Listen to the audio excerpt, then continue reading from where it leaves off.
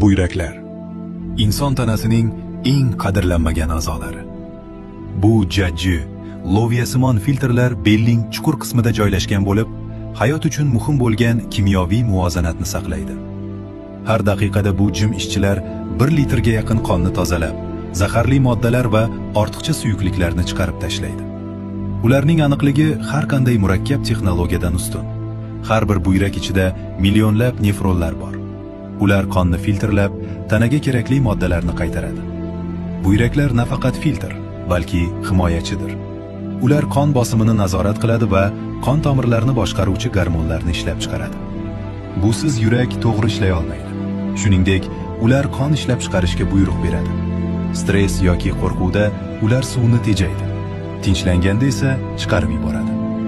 Doimiy o'zgarishlar ichida buyraklar tanamizdagi tartib va muvozanatning haqiqiy posbonlaridir.